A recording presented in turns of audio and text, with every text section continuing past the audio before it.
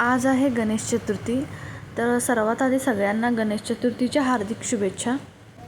आणि मी चालले सांगलीच्या गणपती बाप्पाला. आज मला गणपती बाप्पाचे दर्शन घ्यायचे होते, म्हणून मी सांगलीच्या गणपतीला दर्शनासाठी गेले. आणि आज चतुर्थीनिमित्त गणपती मंदिराची कशी सजावट केली आहे हे मी तुम्हाला दाखवणार आहे. आणि हा बघा बाहेरचा एरिया आहे. बाहेरून अशी सजावट केली आहे.